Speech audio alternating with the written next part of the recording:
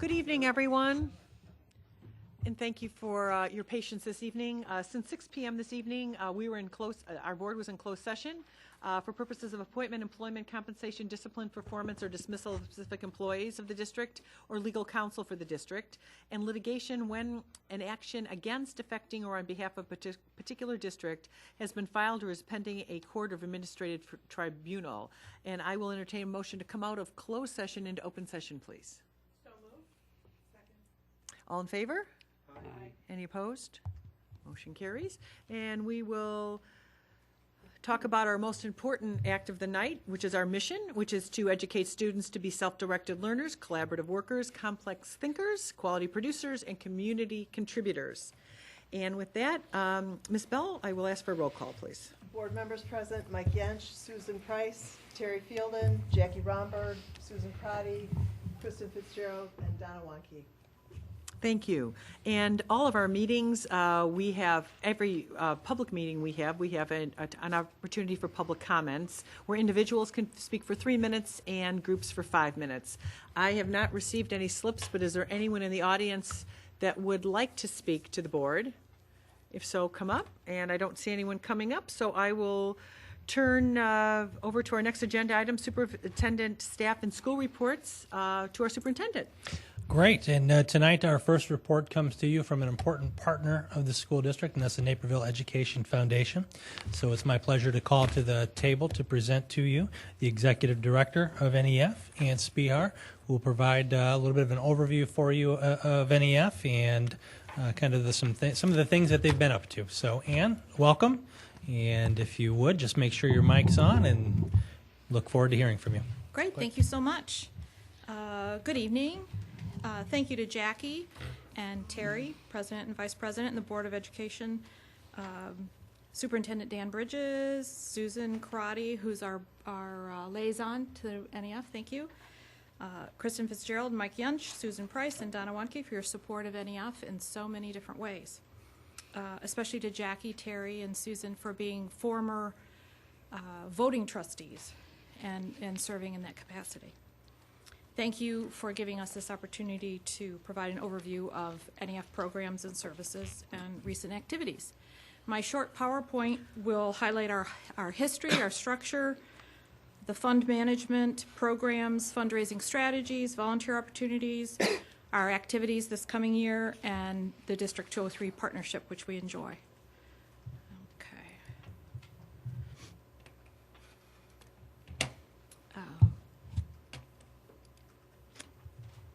Mouse doesn't seem to want to work. Okay.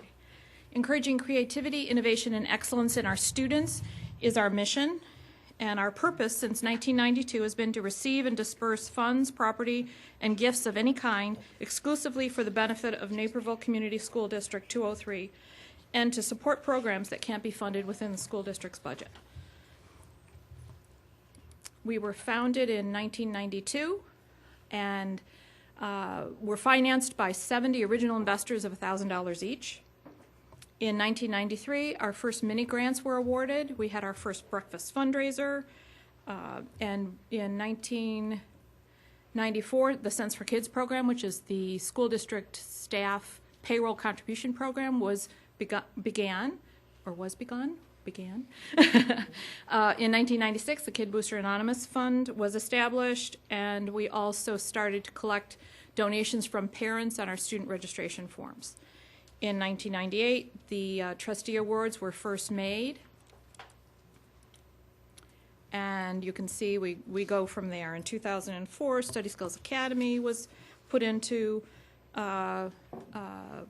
plan, Yucks for Youth, Math Camp. In 2011, I was hired part-time as the executive director. We operationalized events, and in 2012, we celebrated our 20th anniversary. We also gave $75,000 in annual grant awards that year, which is the most we've ever given out. We worked on our infrastructure, the governance, and our financial reporting. We have 21 trustees, voting trustees. Our chair this coming year is Dawn Newman of Newman Architecture. I am executive director, and Andy Pevitt serves currently as administrative assistant. We welcomed our first student representatives, Austin Hansen and Enrika Sinkovushute. I'm remembering her last name pronunciation correctly, in 2012. And last year, the second time we had student representatives on the Board of Trustee, we enjoyed the service of Stephen Trainer and Cameron Snyders. This year, I was hoping Stephen was going to be here and Austin was going to be here tonight, but they were terrific contributors to the trustees.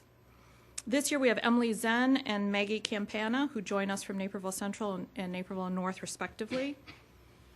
The trustees go through a vetting process and are encouraged to become engaged in the strategic planning process, in standing committees and in ad hoc committees prior to joining the board. The trustees are voted on board for a 3-year term and are invited, are potentially invited to serve an additional 3-year term. There's a maximum term of service of 6 years. This past January, we finalized new roles and responsibilities document, which provides current and incoming trustees with guidelines on service and financial contribution. One of the responsibilities of each trustee is that they serve as a liaison to one of the schools, at least one of the schools in the district. True to our purpose, we serve as a conduit for contributions to the district. As a result, we manage many restricted funds, including the endowment, memorial, and scholarship funds, which are listed here.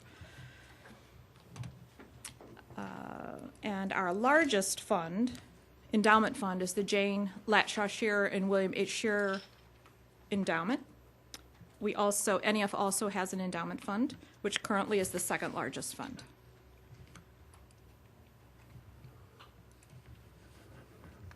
Okay. Our programs include the annual grant awards, and they are given in 6 categories: cultural studies, fine arts, general, health and physical development, literacy, and math and science. We've been, as I mentioned earlier, making annual grant awards for 20 years. Applications are due February 1st, and this past spring we awarded $50,000 in grants. Each fall, each school principal receives a $1,000 trustee award, totaling obviously $22,000 a year, from their trustee liaison, and this award may be used at the principal's discretion. NEF provides funding also for programs in our schools, including Study Skills Academy in 21 of our schools, also known as SOS, Supervised Open Study, Math Club, Homework Club, and Math 0 Hour. For example, last year we provided $60,000 in funding for these programs. We also maintain the Kid Booster Anonymous Fund for students in need with a budget of about $20,000. Our breakfast program provides funding at $8,000 each year to our students in need. Math Camp provides incoming 6th and 7th graders with a week-long introduction to their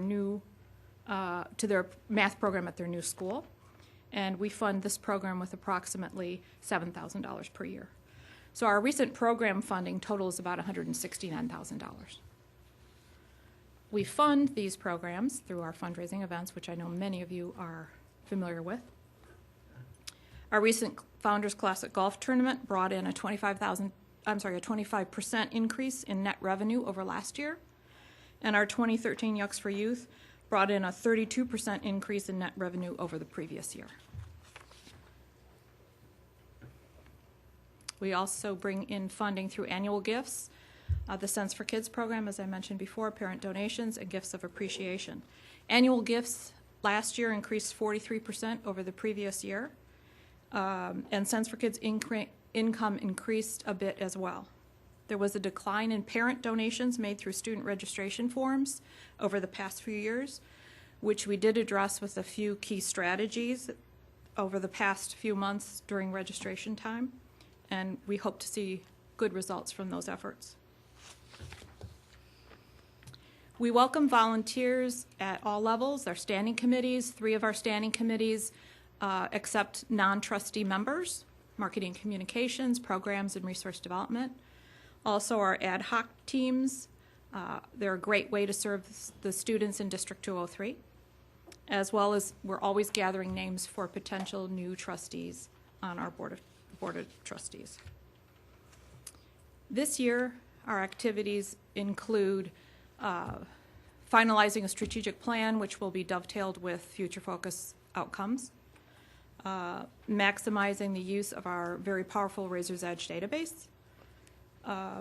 In the marketing and communications area, we've done a great job in the past of promoting our events and inviting people to attend and asking them to buy a ticket, but we have not done a very good job at all about telling our story about the good work that we do with the funds from the donors. So this year, we're making a concerted effort to update our website, to document real-life stories of the good work our funding does in our schools, developing key messaging, and communicating with our donors on a regular basis. We'll also be working to strengthen our annual fund, building our major and corporate gift efforts. We anticipate that our Legacy Society, which is the planned giving portion of our efforts, as well as alumni efforts, will be unveiled this year as well.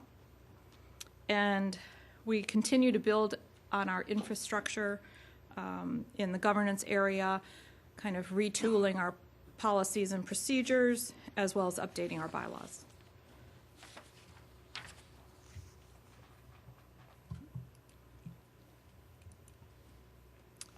We do enjoy a great partnership with District 203. We wouldn't be in existence if District 203 wasn't in existence. So we appreciate that very much. We enjoy having a Board of Education designee on our board as a voting member. We appreciate the opportunity to use the various marketing and communication tools of the district to promote NEF activities. And the ability to have an NEF presence at each event is really important in terms of building awareness of NEF and the opportunity for philanthropic support. Alumni outreach, we've met with nothing but cooperation at all levels regarding that effort, and also collecting information for our database in terms of emails and addresses and those sorts of things. So this is really important to our development efforts, so we appreciate that. In conclusion, I would like to thank you again for your support of NEF, for this opportunity, and for your personal dedication to our mission. Are there any questions? Questions? Thank you. I just have a couple questions. In my role as a trustee many, many years ago, questions that come up. My first one was, is study skills after-school program, however the resources are applied at whatever the building would be, is it all levels, elementary, junior high, and high school, and all schools have study skills? Is that a fair statement? Except for Ann Reed. So everyone Yes. has one. Great. Yes. The other question is, and I don't know whether you'll be prepared to answer this tonight, and it's asked of me when I'm out trying to get people to buy tickets or buy tables, and that is what the administrative costs, and I guess I ask it myself personally, and anything I contribute to, and again, you Sure. might not have the answer. 78% of every dollar, so 78 cents of each dollar is spent on programming. 11% is spent on fundraising, and 11% is spent on administration. And 11% on administration. Right. And how on fundraising is it spent? 11%. Yeah, I understand. Explain to me what that is, though. Uh, Would that also be Writing- administrative? No, it's writing. It's separated out on the 990, the IRS 990. Right. So it's writing the annual appeal, writing for requests for funding, proposals, But a you lot of wouldn't that have kind of that work. expense if you weren't, yeah, okay. Yeah. Great. Yep. Any other questions? Yes, Kristen. It's not really a question, it's more of a statement. I also just want to thank you and really thank you from our community and from our kids' standpoint for the tremendous service that you do. And it's exciting to acknowledge the support that you're getting from the community. That was Yes. really neat to see how you're doing better and better and better. And I commend you on your mission for the year of telling your story, because I think you're right. It's a story It's that people missing. need to hear, and it's a great story. And I think that the numbers that you're talking about right there in terms of the community support will only be higher when people know more about it. So that's a great mission for you for the We year. hope so. Thank you. Thank you. Thank you so much. Any other questions? Yeah, I have a Oh, sure, I sorry. didn't Donna. think I did, but I do. So you said that you have 21 trustees that are each assigned to the different schools. So is Ann Reed does not have a trustee then either? Yes, there are some trustees who have 2 schools, and Oh, some okay. trustees who partner with someone else to be the liaison, so yeah, Okay. we work it out that way. Okay, Yep. so they do have a liaison. Yes, they do. Okay, thanks. Yep. This year, I believe it's Bill Mitchell.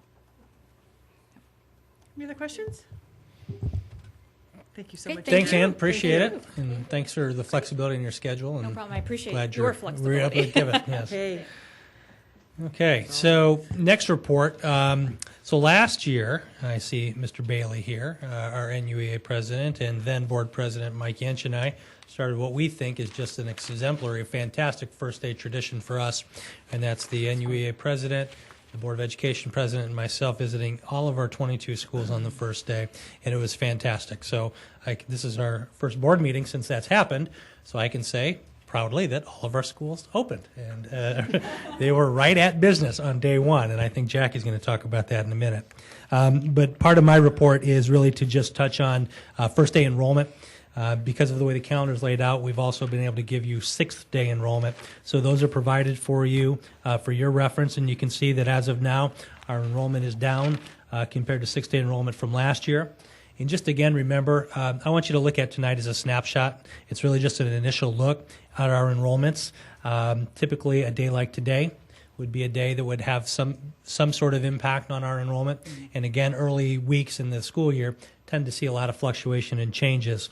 So just to give you an example, so for last year's first day attendance was 17,264. Sixth day was 17,333. And the end of August enrollment was 17,422.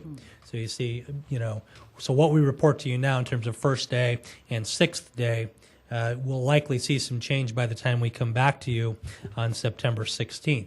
So there are some things, though, in the first 6 day enrollment that we're monitoring closely, or just really kind of keeping an eye on and kind of asking some questions and want to look closer at.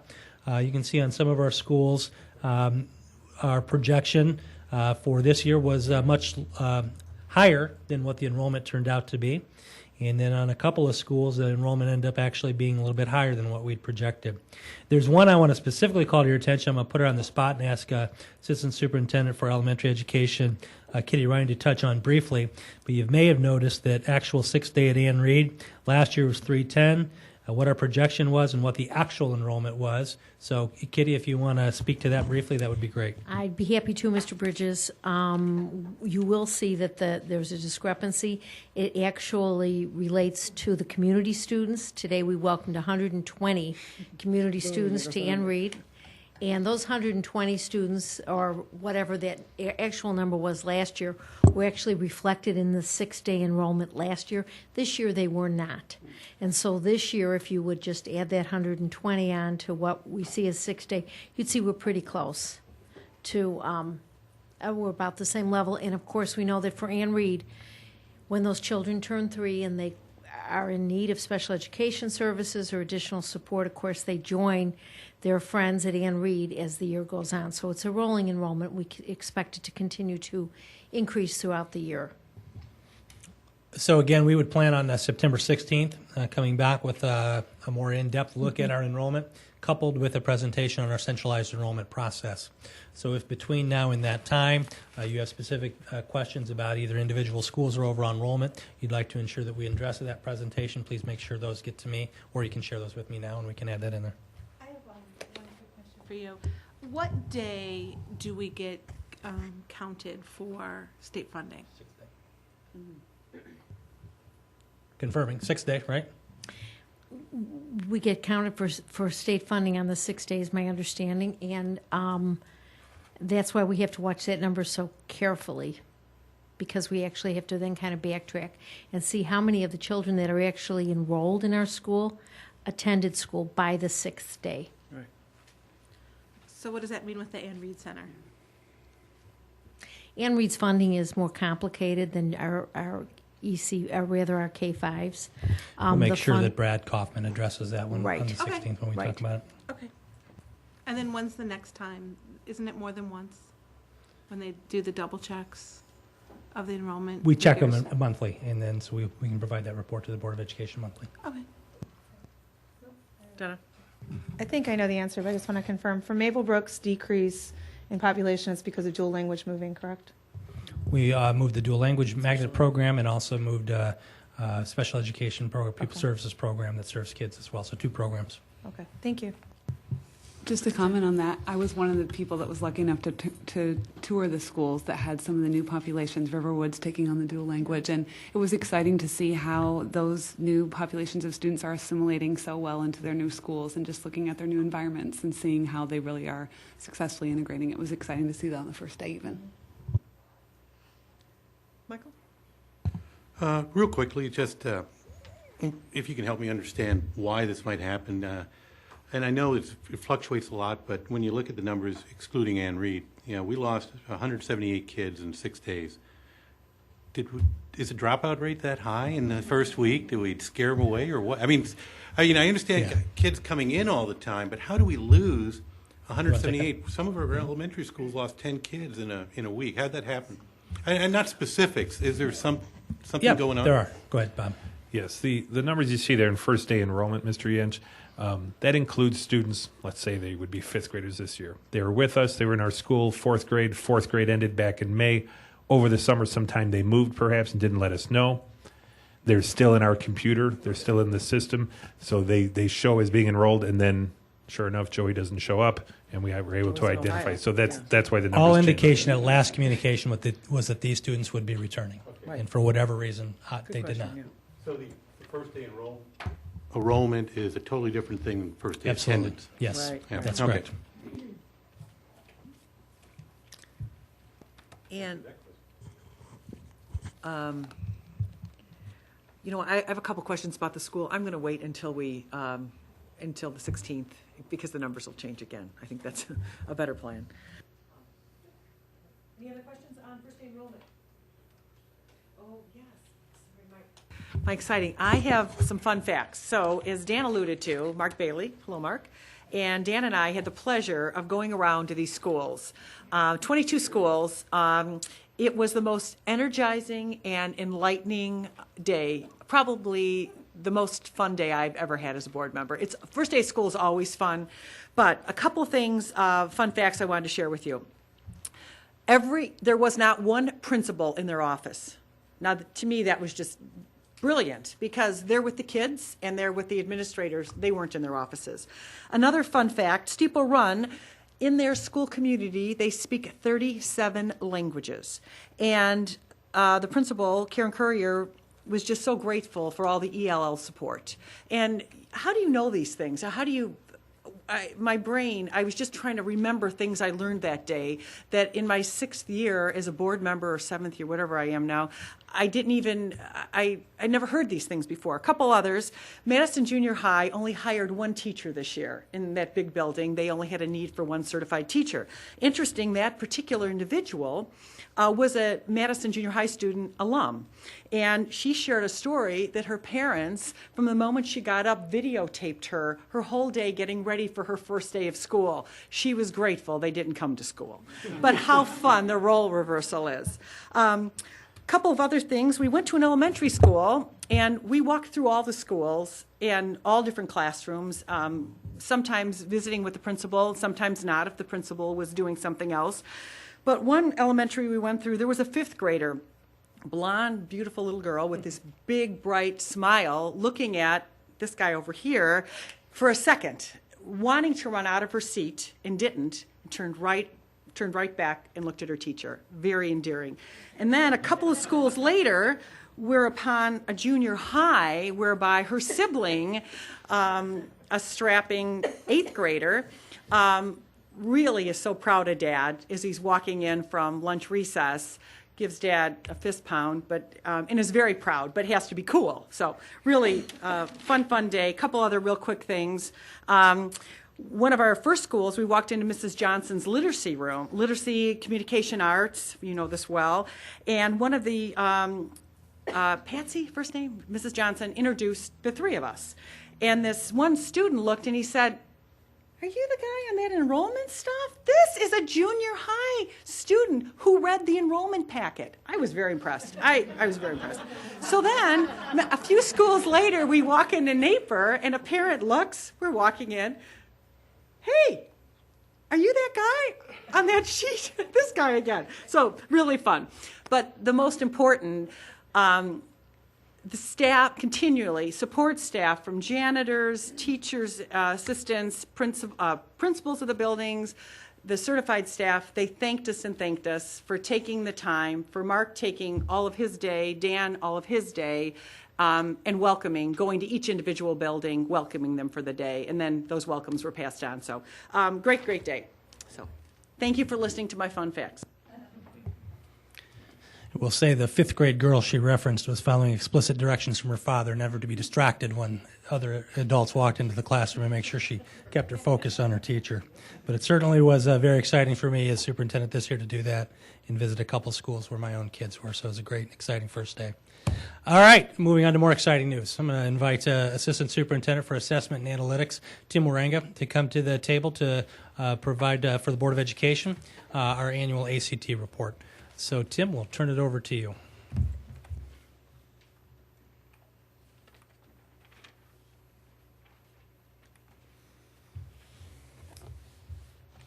Thank you. It's time for some more fun facts as bringing our ACT report to the Board of Education. Every August, we receive the data from ACT concerning the most recent graduating class and present that data to the Board of Education while over the course of the next few months, the high schools and the assessment office will also look at our upcoming cohorts of students and analyze their data as well as part of the school improvement process.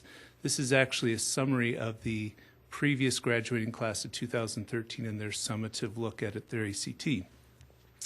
The outcomes for this presentation are to provide information concerning the changes in reporting and analyzing the ACT for the past year, and also present an analysis of the data for the class of 2013. We will look at the composite score over time and present the college readiness benchmark scores for the most recent class. This year, my staff and I added also an ACT analysis of the ACT series of tests using cohort data as well, so data as the students came up through the ranks. The first change has to do with the benchmark readiness standards. ACT sets benchmark cut scores for each of the subject areas in order to, first of all, create a common focus for the schools across the nation, to establish a high expectation for students and schools, to promote a rigorous curriculum, to inform college counseling, and to measure and evaluate the progress of students and schools. The benchmark score that, according to ACT's research, reflects a 50% chance that a student will score a B or greater, or a 75% chance that that student would get a C or greater in a college entry class in that respective content area. The change this year is that ACT changed 2 of the benchmarks this year due to their research. They looked at their research and decided that the college social science benchmark, which is based on the reading score, was to be increased by a point, while the college biology benchmark, which is based on the science test, was to be lowered by a point. The second change in reporting by ACT is that the scores now include those students who were granted extended time on the ACT. In previous years, only students who had the standard time were included in the report. Because of this, the 2013 data is not easily comparable to previous year's data since the parameters of reporting have changed. But we do believe that this is an improvement because it's a more accurate picture of our student body since it includes all of our college-eligible students. ACT grants or denies students eligibility to be able to have extended time on the ACT due to a process that they go through to have students apply. The approval process for extended time does not reside within our schools, but instead with ACT. But we do put in place the logistics to provide the necessary accommodations that ACT does grant for extended time. This slide gives a picture of the district composite score for the past 5 years. The graduating class ACT report includes the most recent ACT score for each of our students. Our standard time score, which is a score that is comparable to previous years, went up by 1/10 to 25.4, which is tied for the highest in the history of our district. This year we'll begin a new comparison that will, from this year forward, include all college-eligible ACT scores.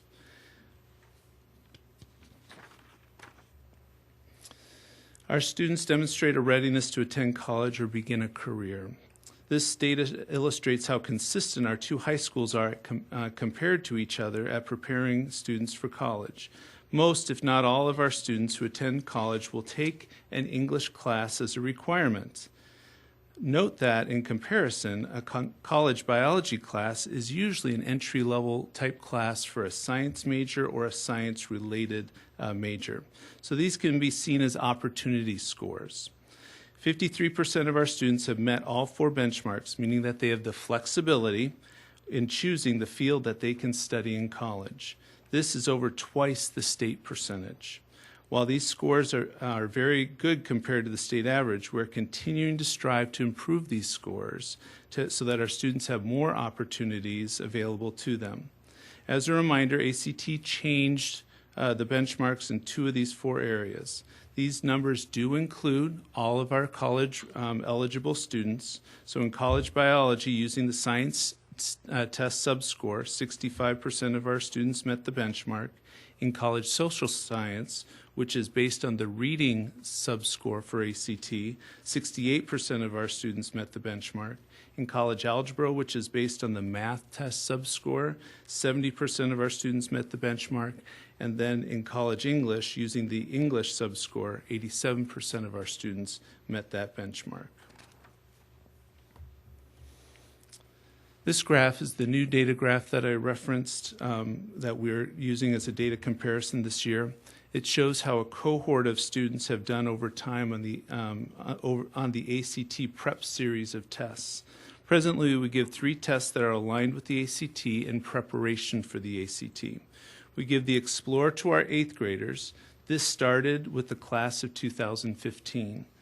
In the past, we've given the Plan test to our freshmen, but beginning with the class of 2016, which is our present sophomores, it will be given in the fall of their sophomore year. The data shown here is for the classes of 2010 through the class of 2013, is for the Plan in the spring of their freshman year. The Practice ACT, or as listed up here as the PACT, is a retired ACT that we give to our sophomores in the spring. All juniors take the ACT as part of their state testing in the spring of their junior year, and many of them take it 1 or 2 more times following that. The expected growth from the Plan to the ACT, as reported by ACT, is usually given in a range, and it also depends on the starting score. But typically, you would expect the high end of many of the ranges to be about 5 points at the high end of each of those ranges if you go from Plan to ACT. As you can see, our students consistently outpace that expected growth. The graph shows that this cohort of students followed a very similar pattern of growth to the previous cohorts of students. The actual class of 2013 scores plotted here is all college eligible students, which will be the data that we'll be using from this point forward. More of our data sets will be demonstrating this kind of cohort growth in the future when our tests do allow for the measures that can show growth. Our outcomes for this presentation were to highlight the changes in the reporting of the ACT and to share the district ACT data from the class of 2013. I now welcome your questions. When you look back at the college readiness benchmarks, and you look at English up at 87% and college biology down at 65%, and we have 95% of our kids going off, or more, going off to college, and they don't fit into the getting the B or a C in college classes. And I know with our English in junior high, we double up the blocks that they have.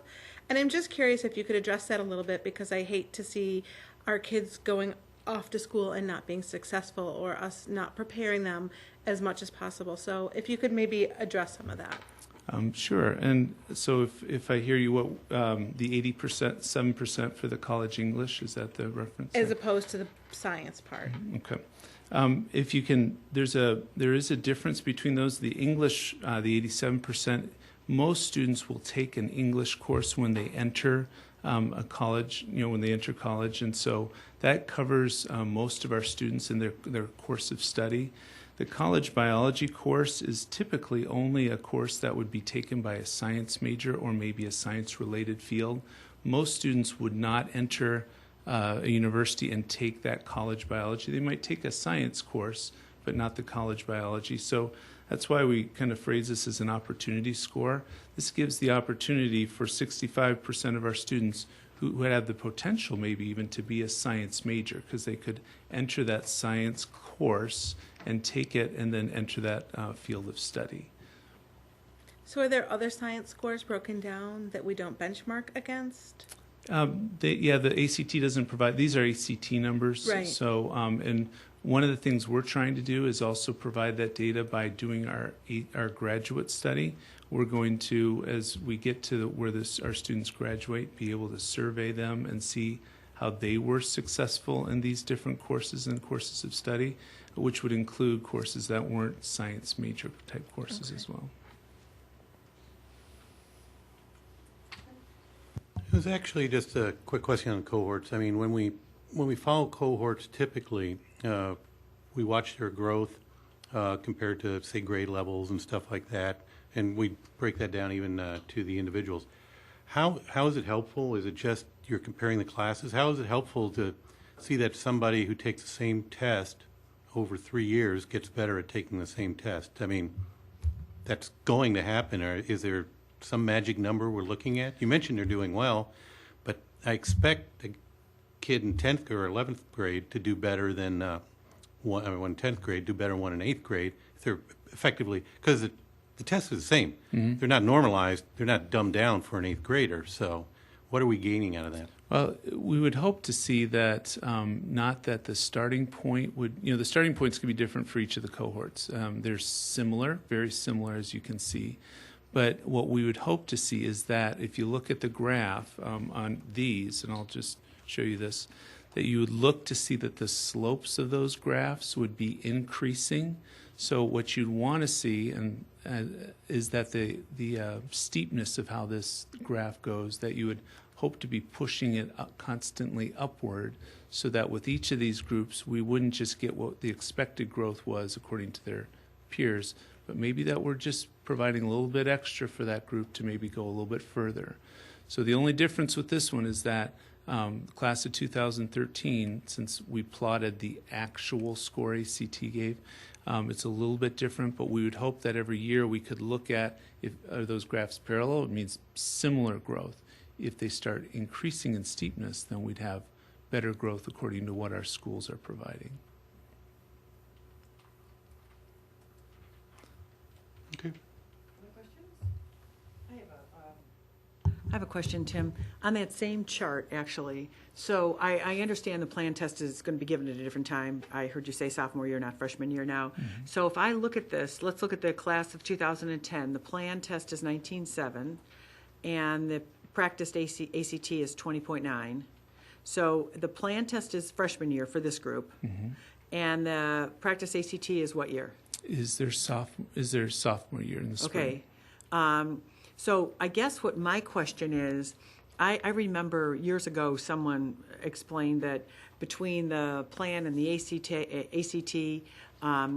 there were certain, I guess I would expect a little more growth than 1 point because they've got a lot of curriculum. You know, one of the reasons, kind of to Mike's point, an eighth grader doesn't have as much of the material. on board, or they don't take an 8th grade, but the 9th grader might not have, they're learning new material, and they're also getting more experience taking tests. So does that surprise you that for our classes, there's just a 1-point change from a freshman year to a sophomore level? One of the reasons for that is we're actually giving those students a junior level test. So the ACT is a retired test, and so the content expectations for those students are to put the sophomores in a junior course and see how they will do. So in some regards, it's to kind of raise the bar and the challenge there. And so you're going to see that it's not the Explore, the Plan they keep some of the content out of them that the upper grades would have,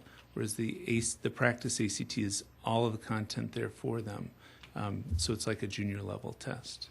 Okay, so one might be more aggressive, and then one might be a little less aggressive. Yes. So it even surprises me more, but we'll leave that where it is.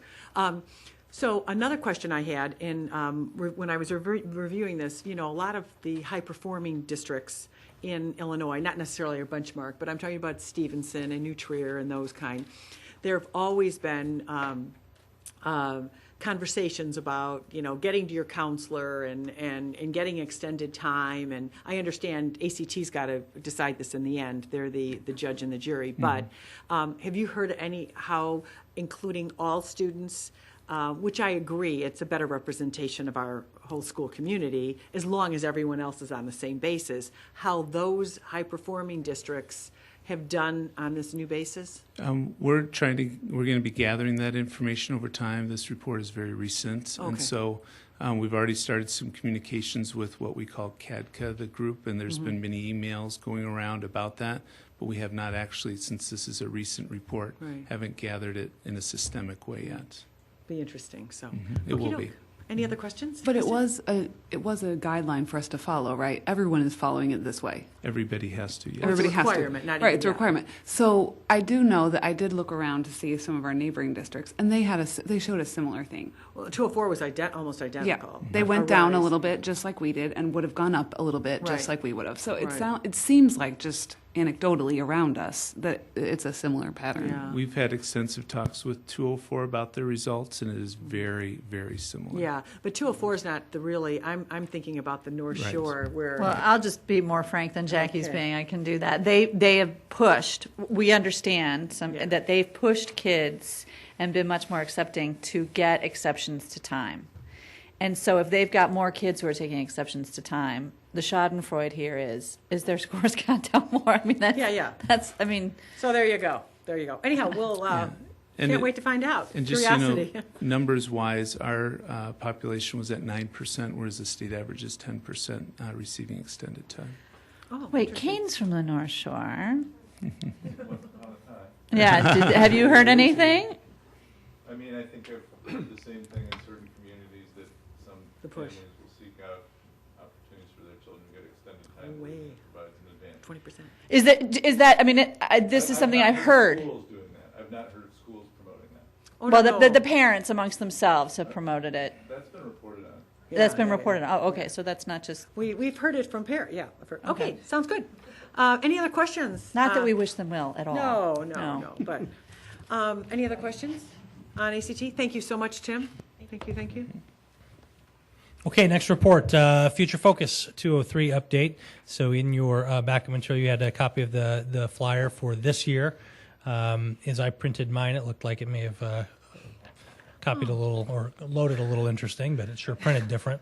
It's probably the poster, I'll bet. That's why. Okay. But just as a reminder that next week on Wednesday, September 11th, we will do a makeup session on the financial discussion that we had back in summer. And so this was due to a weather event that had to postpone that evening event. And then the next session, Session 5, is scheduled for Wednesday, September 18th in Naperville Central High School from 7 to 9 p.m. or Thursday, September 19th at Grace Church from 8:30 to 10:30 a.m. And this next session is going to address facilities, and the conversation and the focus will be on facilities. And we are scheduled for a facilitating team meeting next Tuesday, I believe it is, September 10th And we will be working with White, our architects, also on engaging our community in the beginning of a master facility planning process. Our tentative activities for now will focus on community values as individuals when it comes to our facilities. We'll be asking the participants to look at a number of topics that they identified in the State of the District session, the very first Future Focus session, related to facilities and how would they prioritize those topics. So we'll be looking at things like efficient use of facilities, impact of all-day kindergarten, issue of aging buildings, equity among all District 203 schools, conversation prioritizing, reducing, eliminating existing temporary classrooms, among some of the topics that we'll discuss. And then the final activity will be to prioritize the top facility topics as groups. So we're looking forward to that and hope the community continues to participate as you have so well in our first sessions. Any questions regarding Future Focus? I don't think so. All right. And then one school where we already have started to take a look at facility is a result of the previous master facility plan, a Steeple Run. At the last Board of Education meeting, Craig was here, and Craig is back with us again tonight. Craig Sepia from White is here. We don't have a presentation tonight. We're not looking for any action tonight. What we provided for you tonight is what we think are some of the information and responses to questions that board members have for your consideration. So rather than asking for you to get it and then act on it, or to provide some direction, we're going to give you some time to go through this and maybe identify additional questions or information you would need answered prior to getting a direction from you. But what we'd be looking for at the September 16th meeting, our next meeting, is just a kind of a direction from the Board of Education on which option to pursue. You may recall that Craig presented the first option, which was the original scope that the board had authorized for a multi-purpose room at Steeple Run. But as Craig and his staff met with individuals at Steeple Run and members of our administration, we looked at opportunities to address other issues within the facility. And it seemed to make sense to us to at least bring it back to the Board of Education about your interest in pursuing a little additional work there, because from a cost standpoint, it would seem that it would make sense with a staging already in place for construction to do any additional work at the same time. So the backup material that Brad Kaufman has prepared for you includes some of the background or explanation on how some of these additional spaces would be used or be needed. And you have some pictures that have been provided on how some of the spaces are being used now. Steve's here, Craig's here, Kitty is also here, and we'd be happy if you have any questions or additional information you'd be looking for. So questions we can answer now, or questions that you would like us to get answers to before we come back on the 16th. We'd be happy to hear those now. Sure. So the way I understood our presentation last time was that the price for the addition at Steeple Run, the original, the option one, was similar to the cost of the additions that were going to be done at Elmwood and Prairie this year. And I thought the way I understood it is it was just based on square footage, which when I thought back and rethought, didn't make a lot of sense to me, because this is a multi-purpose room and the other two buildings have gyms. So I understand that option two is increasing square footage, but I guess I wasn't on the board at the time to understand why option one was the same price as the two other buildings, which seem to have a lot more square footage. Okay. Craig, I can try to address part of it, but I think maybe if you spoke to it, it'd be a lot clearer. So.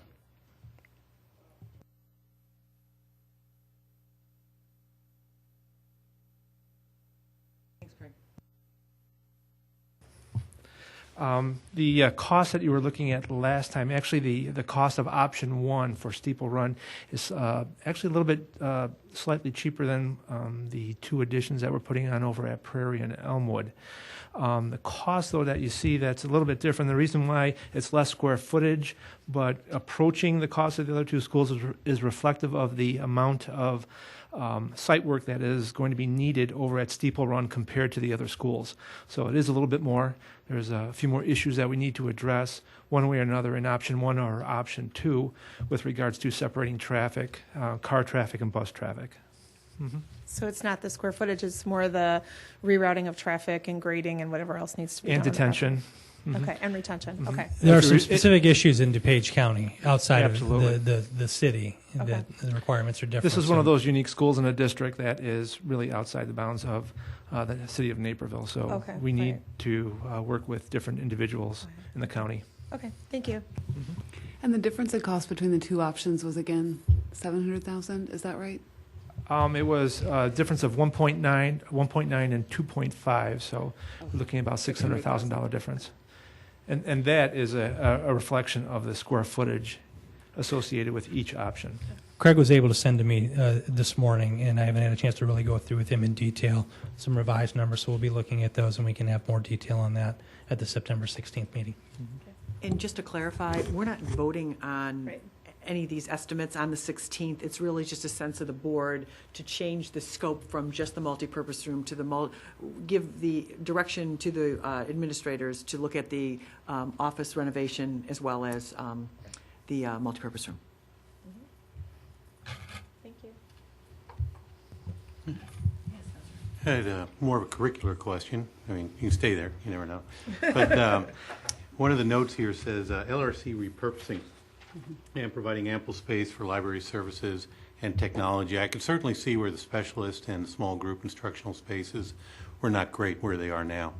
But if we open all this up to LRCs, you know, one of the things I've noticed going through schools now, even, I mean, elementary schools just as every other school, it seems like the day of the technology where there's a huge row of computers and the elementary schools trundle in there one at a time and sit down at a computer are pretty much done. What kind of technology would, and this is more of a curricular question, so you're sitting there, so I see you backing up now. What kind of technology are we looking at putting in the LRCs that would require this type of room, or are you just going to buy more books? So what I'm going to ask is Jen to start here and kind of talk a little bit from the programmatic standpoint, and then Kitty, if need be, afterward, work that you've done with Karen to talk about the vision for that space. So I think I would first look at that as space for collaborative learning experiences. And then obviously technology has just become a tool that we are constantly using for learning. And our LRC directors bring a specific area of expertise in when we think about information technology, and specifically if it's research, if it's internet safety and that type of learning. But the actual space itself, in looking at that picture, it shows the library collections and the books, but envision that changes and that we have more access to digital content or digital books. You would still need some collaborative space, and students might be engaged with different text or digital text versus paper text. So it's really for collaborative space for learning and more flexible space. Because, I mean, we've talked here about an eventual potential goal of the district is to have, you know, one computer for every student, and it doesn't seem to me it's necessarily the best amount of space to take a class. Everybody takes their iPad and then goes over and visits the LRC just because that's the way we did it 10 years ago. Right. So if you could envision, though, even if every student has a computer or a tablet, you could envision that they might be working for some of their learning within the classroom with their teacher, but they also might be working with some of their learning in the LRC. So a teacher might be focused on math at the elementary, and they're providing instruction in the four walls of the classroom, but some students might also receive some of that instruction in the LRC. So it's using that space flexibly so the learning doesn't just have to happen in the classroom. So the key is not looking at it as destination, looking at it as flexible spacing, which opens up opportunities for other things like creative grouping, flexible grouping, so that, again, so speaking to not just a fifth grade teacher with their fifth grade kids, how does that fifth grade teacher collaborate with other fifth grade teachers, or even how does a fourth grade teacher collaborate with a fifth grade teacher, places where flexible groups can be brought together to do whatever type of inquiry they're using, whether it be traditional library materials or more digital content. And, well, I guess that all makes sense. And I guess my concern is it's not moving the people there now into a good space. It's making sure that we're not continuing to think about the LRCs of the last decade, and we're actually taking into account what they'll look like in the next decade, so nobody comes back in 5 years and goes, this LRC wide open middle of the building thing is not really what we're looking at anymore, and then all of a sudden we're asked to make other changes. And I'm just asking, as you look at all this stuff, that you also look ahead and not always just automatically do things the same old way. And if it is going to be the same way and that open space and everything is the way to go, okay, take your word for it. I don't know if Kitty's going to speak to Meadow Glens, but they're my liaison school, and I've been so impressed with what they've done with their LLC. It's very much been redone, and I'll let Kitty speak to it, but it is cutting edge and so different from what I've seen in any other LRC. And they've gotten a lot of grant money to do it, and I think I'll just let Kitty talk about it. If we should have a chance to get over there, because it's really very innovative, and it's a different use of the space that I think Steeple Run is hoping to get to then at some point. But Thanks, Mrs. Wanke. And Meadow Glens has done some exciting things with their space, but I think that one of the things they've done, speaking to your point, Mike, is made sure that it's got the flexibility in it so the kids are using it for the learning that's happening right now, and that will happen 5 years from now, not something that we were doing 10 years ago with children. So there's not a dedicated space where just technology is being used. Rather, there are spaces for children to gather, to learn together and collaborate, which I think are really important. It's a really inviting space. It's a place where you can think about those 4th and 5th graders working together in different kinds of media. There's a green. I'm going to because speaking as an old user of technology, there's a green screen. Thank you, and some other exciting things in there that I think speak to what we can do with space when it's available for our students. I think it's fair to say, as a result of what Meadow Glens has been able to do, I think our LRC directors are right where you are in terms of how we use their space at all of our buildings. Looking ahead, not just the traditional trip on Tuesday to get your book for the, so. And there's some interesting research about when you give children and learners an opportunity to develop their own space and to that it's flexible enough to accommodate them, that they can go in and shape it, that helps them shape their learning as well. And I think as we move forward and 3D printers are going to become less expensive, hopefully, students sitting around engineering projects and printing out things, and where are you going to put that? And so it's not just the space, it's also plugs and Wi-Fi, and how are you going to get the power in there, and where that's going to happen. But the flexibility is key, because many of us experienced the open classrooms of the 70s, which we still have schools that were dealing with that. So you want to make sure that we don't commit ourselves to something, to a fad, which is what you're saying. Let's not commit to a fad, because technology and things will change. But we also know, because we've got it on here, we're offering online learning. Maybe a student who's at home who wants to participate in a classroom, they've got to have a screen. How are you going to set it up so they can see the teacher in the classroom? So flexibility is key, I think. That's exactly right. They have a think tank with whiteboards around that the kids can brainstorm and work on. They have a Genius Bar for technology questions, similar to Apple. It's really pretty. It's exciting. Oh, I don't know. I saw it. I don't know if there's. So we can consider what we're doing at Meadow Glens as a report to the board at some point, so you get a better sense of what's doing. But as Ms. Wanke said, I'd encourage you to visit. So I guess the question, and it was my adopted school last year, so I saw some of these things happen, and I think I walked through some of these older LRCs, and they're big cavernous areas and need some of those special effects and special activity areas. But a question I have is that grant money, is that are those ideas shared with all the other schools so everybody can reap the benefits of that? It's fun to have your own thing and be the coolest and the shiniest, but got to share the love. Yes, yes, it is, and part of that funding came through money that the district that we had set aside for creative innovations as pilots to experiment. So part of where that came from there. So our schools are all aware of those opportunities. Great. Any other questions? I'm sorry. That was my other question as well, is how are some of our other schools handling this? Meadow Glen sounds like it has a wonderful scenario. How do some of the other schools handle their needs for the collaborative groupings and the different kinds of breaking out that they're doing with the, with the intervention blocks and those kinds of things?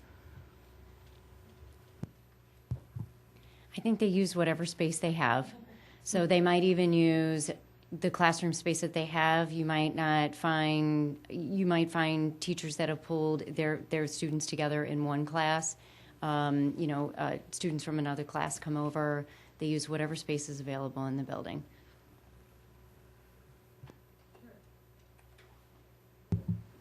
Forget your question. No, I haven't forgot my question. It's been a while, poor guy. I'm not so sure I want to ask it. But first of all, on the LRCs, that was something when we did renovation at Central, we took a pretty close look at that too, as well as making sure the LRC was functional. And we put in actually more interactive space for the students there as opposed to more books. So we took out a lot of the books, Right. put in interactive space just as a reminder. So it worked Wait, out to be pretty. clear, I'm not against I know, books. I know. Yeah. It's just when I saw we're going to put in the books and technology again, it sounded like we're going back, 5 or 10 years before we needed the space for something else. And they answered that question, so thank you. All right. Well, they certainly need to open it up and get some of the cubicles that are in there right now to. I like the second plan of expanding the front office and so forth and moving things around because I think it's going to enhance the school. It's kind of tight for where they're at in the LRC and so forth, and it'll help out. And you said you haven't been to DuPage County yet for the water. Is that correct?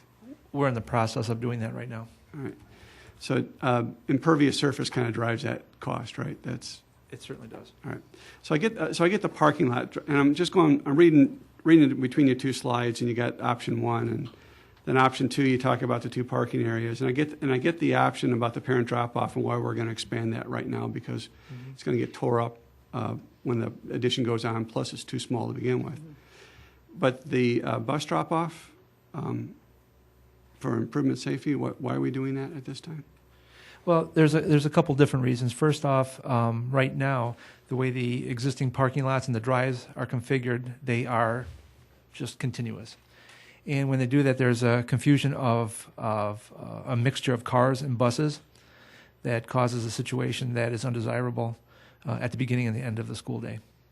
So like we have done at some of the other schools, we did it over at Ann Reed, we did it over at Mill Street, and we looked closely to make sure that it was happening even over at Prairie, even though we didn't do much site work over there.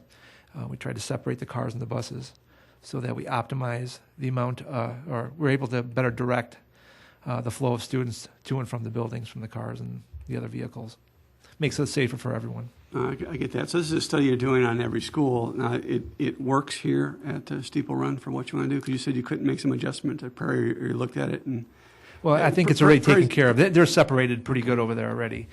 So there wasn't a need. The need over at Prairie was for additional parking spaces and not necessarily to separate the cars and the buses because that was already happening. There's a lot more buses over at Steeple Run, I believe, than some of the other schools.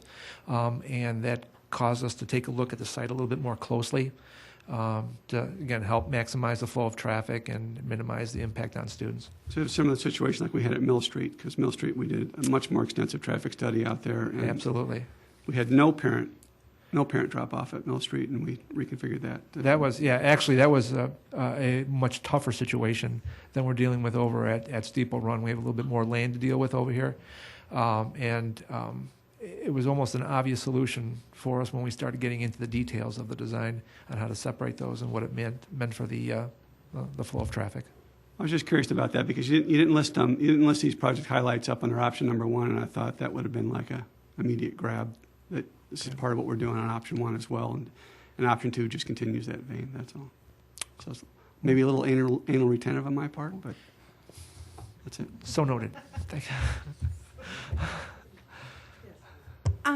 Dan, could you maybe explain a little bit how this will fit into our more comprehensive overall district facility plan? Because I was a little surprised when it was on last month, and, you know, it made me wonder what's going to be on next, you know. So could you address that a little bit more? Yeah, so the beginning of the conversation of this actually goes back to the past master facility plan that was done, where Steeple Run was called out for the need to have the additional multipurpose room or gymnasium. And then in the process then of looking at that space and making those additions, as we would expect the conversation to take on, is this an opportunity to look at other needs as well? And that's what led to option 2. And I think this fits very well with where I envision the master facility planning process go, because these same types of questions will now be asked of our committee in terms of priority for flexible spacing and the other things that I listed off. And so that when Craig and our staff then goes back in and to look at each of our schools, these same issues will be getting addressed. So we had broken things down into things we must do, things we'd like to do, and things we want to do.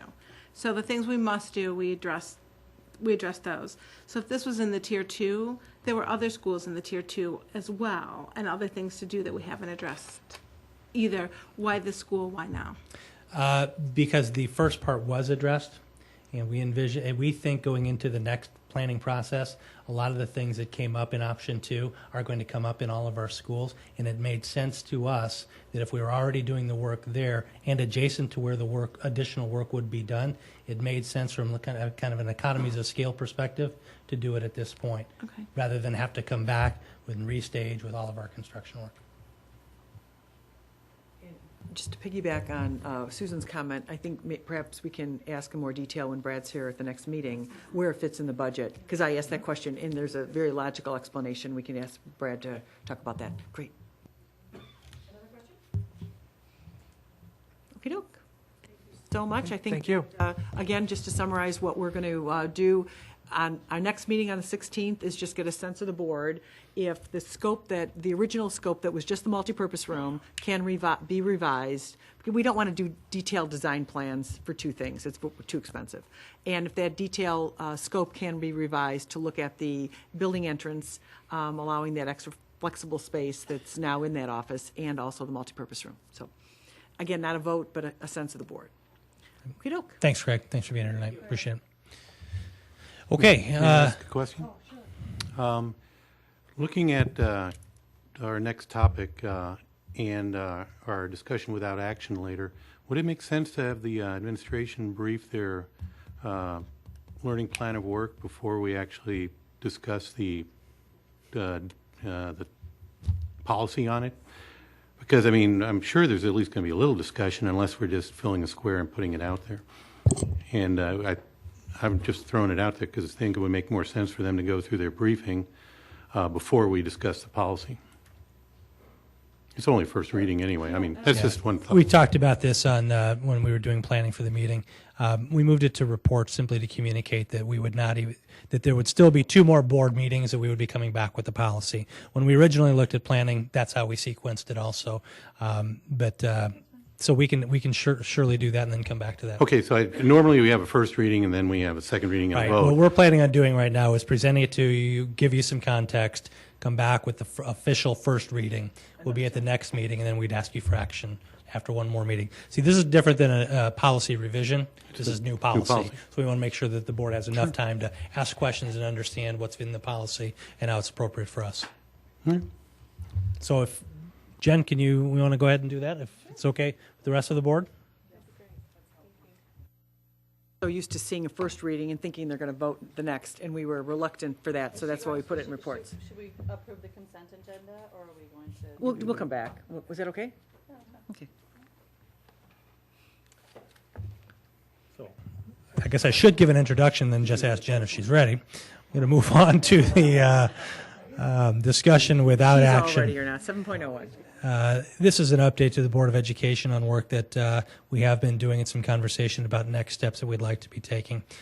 So I'm going to turn it over to our Chief Academic Officer, Jennifer Hester, to walk you through the presentation on online and blended learning. All right. Well, good evening, everyone. As part of our overall strategy for continually improving our students' learning performance and engagement, the district administration feels that we need to take a serious look at a process for integrating online and blended learning into our comprehensive program of study. Now, we found that this isn't work that we can just jump into. So to that end, Learning Services and Information Technology have been learning about online and blended learning. What we'd like to share with you tonight is where we are in our learning and our next steps for intentional planning. So to get started, I thought it would be a good idea if we all get on the same page with some terminology.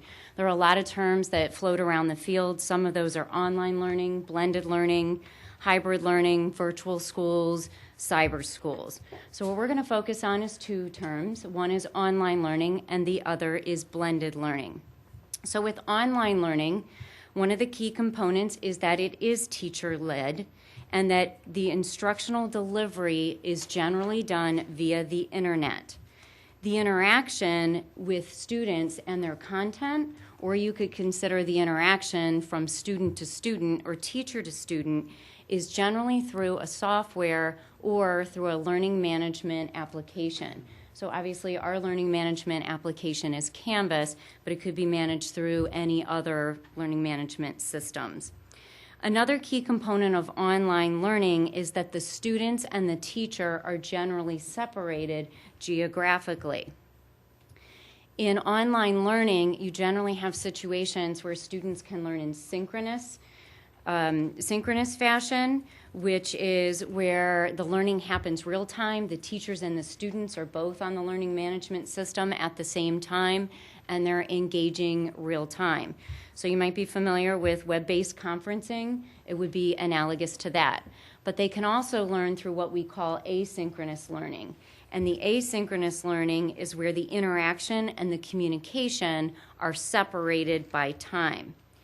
And then in addition to the ways in which kids can learn in the online learning situation, they can access their learning virtually, anywhere, anytime. So you can think of them going and accessing their learning in the school setting.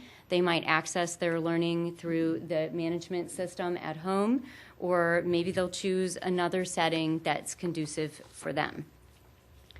So then if we move on to blended learning, which has been a concept, I think, of a lot of conversation in the field and study lately, blended learning is used to refer to learning experiences where the students learn their content of their class or their course, at least in part through online delivery, and this is a key part, with some element of control over time, over the place where they learn, their path, and or the pace within which they learn. And then in addition to those components, they learn at least in part in a brick and mortar location, for our example, in their school, away from home with the supervision and the guidance of a teacher. So as we started to learn about blended learning, it gets very deep in the different models that we could have for blended learning.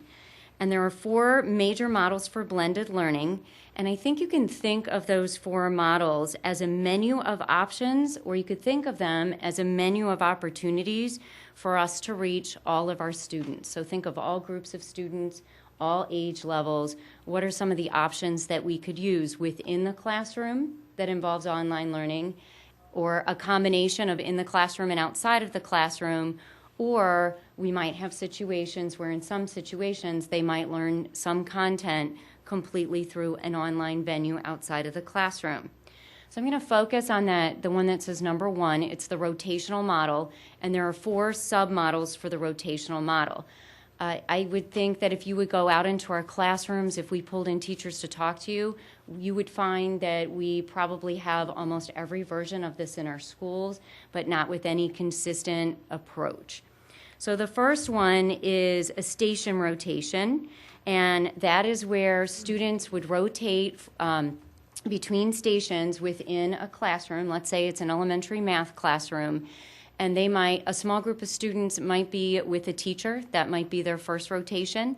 Then they might move to engaging in content and learning through an iPad application or a web-based application. Next, they might rotate to a situation where they're working collaboratively on an integrated math task in small groups. And then finally, they might even rotate back to an individual setting where they're applying their learning individually. That could be through paper and pencil, or that could also be through some type of online content. The next one is very similar. It's called lab rotation. Kind of makes me think of the conversation that we just had. Students rotate like in the station rotation model, but they don't stay in the same physical classroom. So their first rotation might be in the classroom within which they've been learning, and then their next rotation they might actually move to another classroom or another space in the building. And they could be guided by another adult or simply supervised by another adult as they rotate through the lab setting. The third one is the flipped classroom.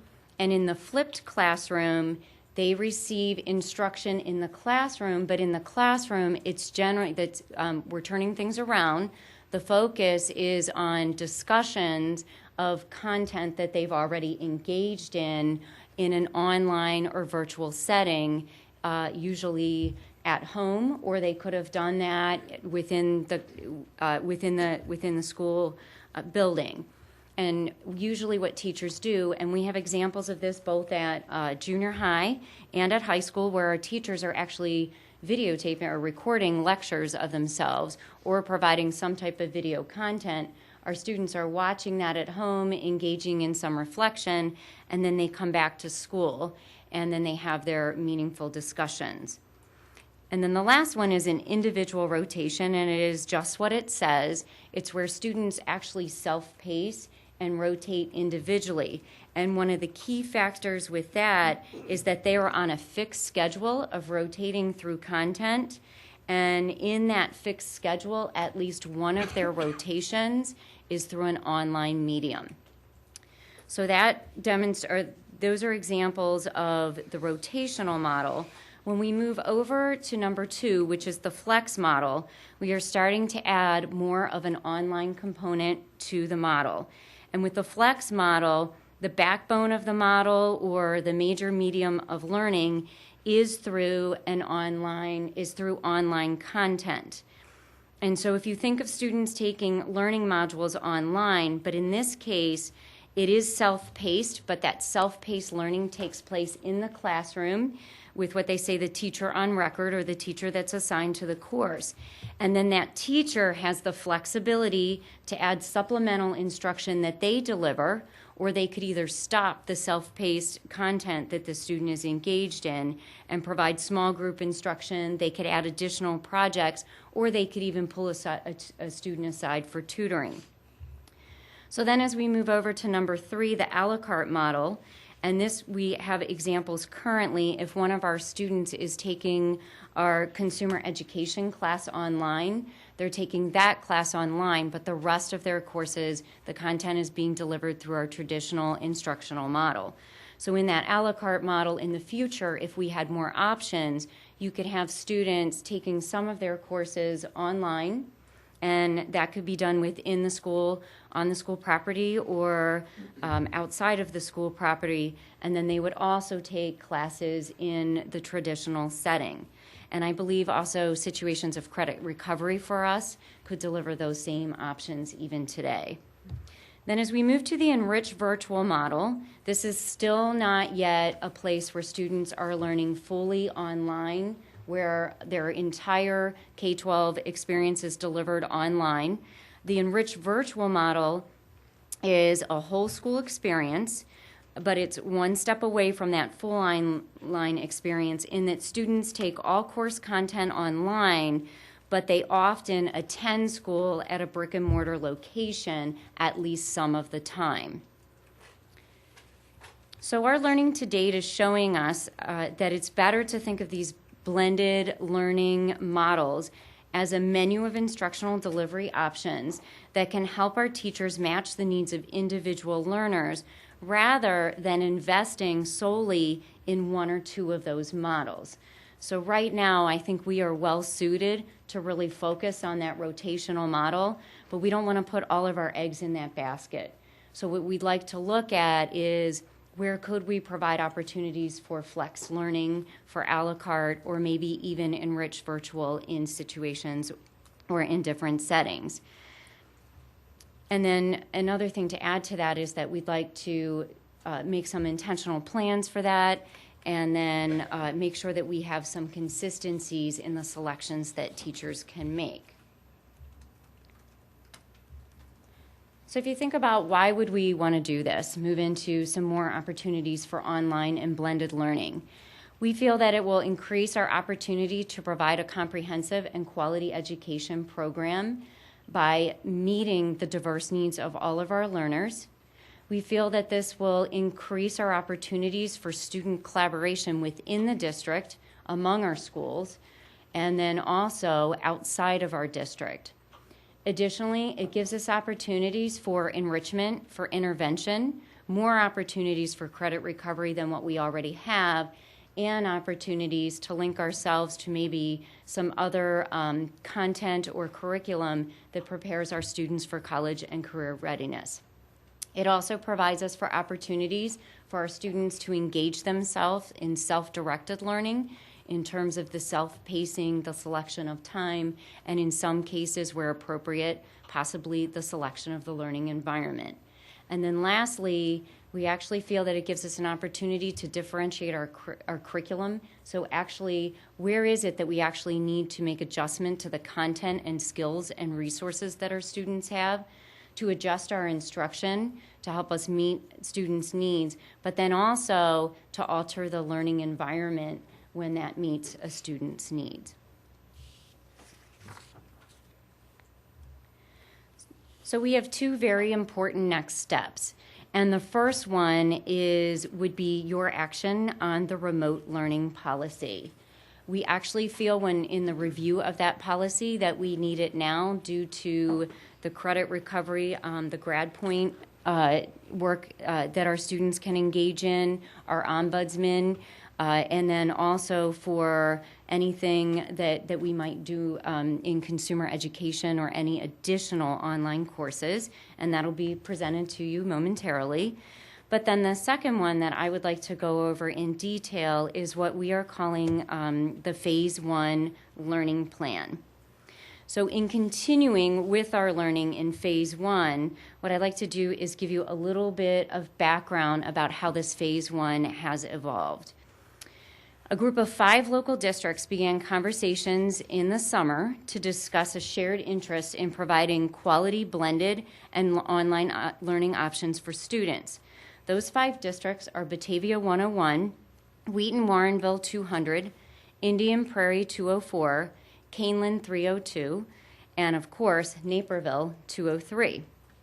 The group of districts saw several advantages of working together.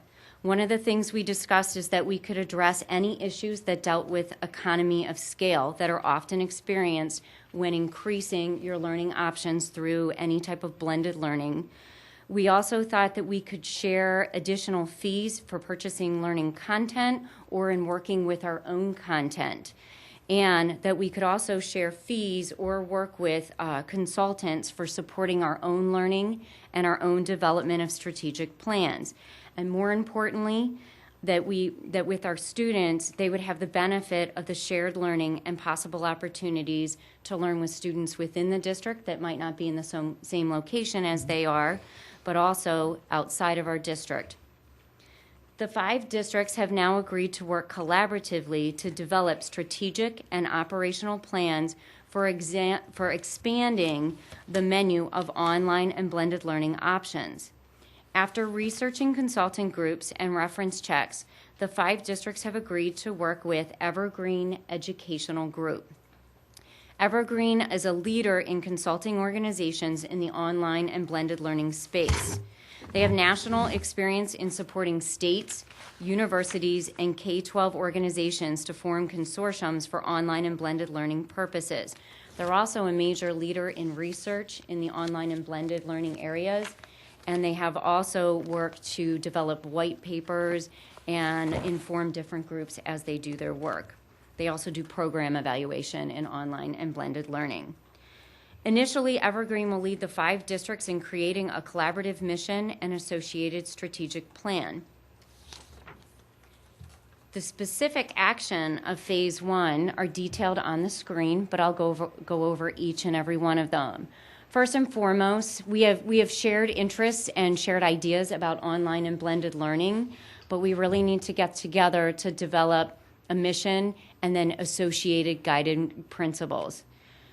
Phase 1 includes developing a strategic plan that will guide the work of the consortium.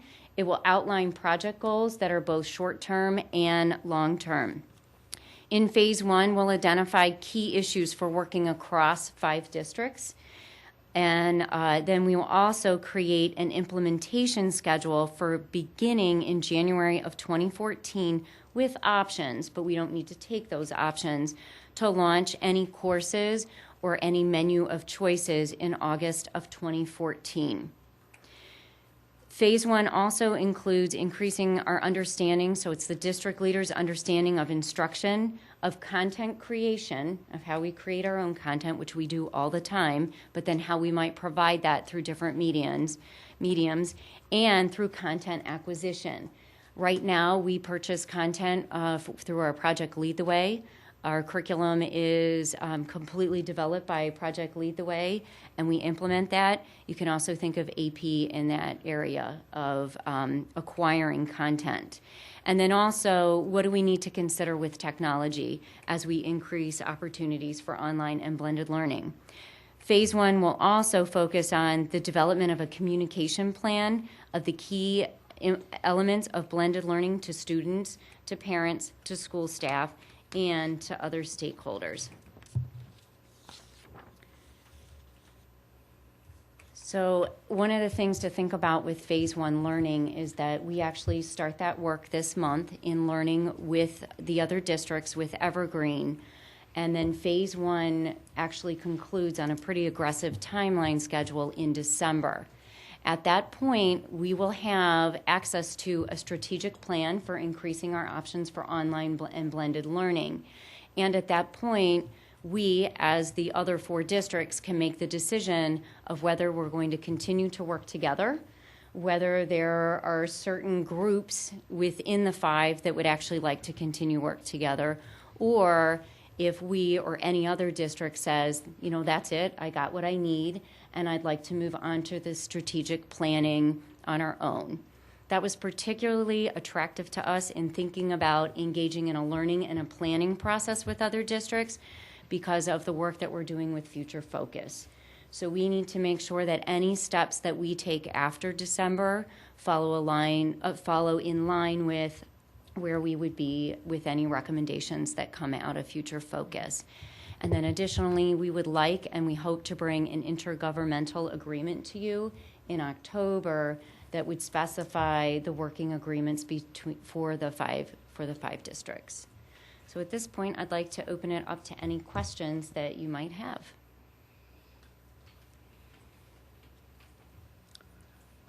Go ahead. Okay. Good stuff. I do have a question, and it actually, I guess, a philosophical question. I wanted to get your and your staff's feedback on it. It seems like a lot of the emphasis, if I understood you correctly, is the rotational concept versus the other ones. And I guess to a certain extent, I understand that because, in a sense, I think we're doing that already. I mean, and it seems like we're just making sure that the online, quote unquote, the computer portion of it is a little richer than maybe what we have now. So I can kind of understand where everybody's got a high comfort level with that. But I wonder if there isn't a lot more to be gained by moving one column over to like the flex learning, because I especially like what you said about the concept of self-pacing, because one of the constraints we have in our current education system, at least in my opinion, is right now, I mean, if you take an algebra course, you learn lesson 1, lesson 2, lesson 3, then you have quiz 3, quiz 1, say, or test 1, and you have a kid that gets 100 on it, and you have a kid that gets 70, and one kid has an A+, one kid has a C-, and what do they all do the next week? They all move on to lesson 4. And with a self-paced program, it seems to me there's a couple benefits, is that the kids who are having, let's say, are slower learners at the beginning, can receive that extra attention from the teachers, while some of the other kids can go ahead. Because one of the problems I see with our current instruction is often the kids don't build up the strong basis they need to move on to the next level, and they're always trying to catch up. And I know Sal Khan at Khan Academy has done a lot of research in this, and there's dozens, if not hundreds, of schools that use this in the classroom, in a blended classroom.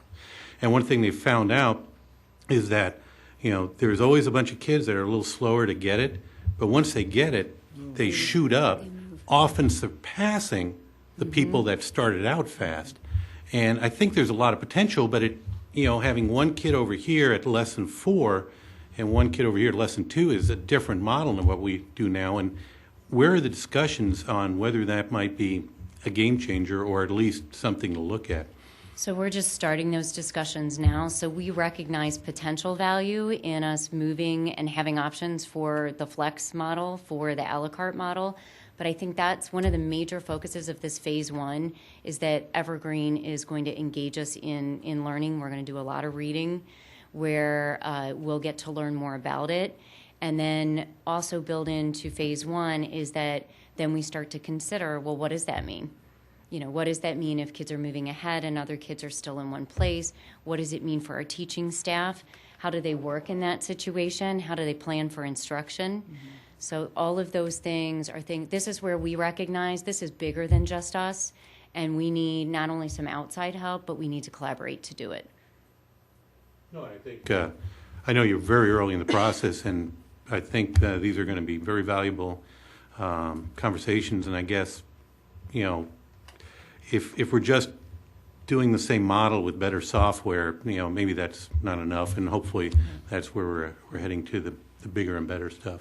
And if I can just add, one thing that I don't think that I said well enough is that everyone at this table from all 5 districts, and Evergreen included, absolutely recognizes the value of a teacher and face-to-face contact with a teacher. And that's actually one of their agreements, that if you're working with them, our models will have face-to-face contact with teachers. And so that starts a whole conversation of, well, what if? And that's why we want to be very, very focused on, as we would move through, that would happen more in like a phase 2, and phase 3 is supporting our teachers as much as possible to be successful. Having said that, and the fact you're also going to look at purely online courses, and we have, I think, just one right now, right? Consumer education. Purely online, though, there's brick and mortar meetings. There is? Yeah. There are, and that's where you'll find, too, one of the things they told us already is that for every one of the 4 models, and then the sub-models in the first one, you're going to find hybrids. And I would say even though we classify our consumer ed as online, there are definitely meetings involved. Oh, even in summer school? Okay. Because I was going to ask, how's that working? So. Yeah. But they do the majority online? They do the majority online. But they are finding a need to meet and have meetings in the community. I think that doesn't surprise me, My understanding of the courses when it started off, it was pretty online in the beginning, and you got kids who didn't manage their time well. Right. And having assignments due in a block wasn't effective because they weren't able to get the work done. So my experience was when I had a student who took it was projects were due Sunday and Wednesday. So they were twice a week, and then there were a couple of meetings, I can't recall exactly, but there were a couple of meetings with the teacher face-to-face just to eyeball what's going on. And it was very effective. It's a very prescribed course. It's state prescribed, so I think it's a pretty natural start. I've been to conferences, technology conferences, and heard some really interesting things that school districts are doing with online learning. One of them, in fact, is Colorado, so it's interesting to me that Evergreen is from Colorado.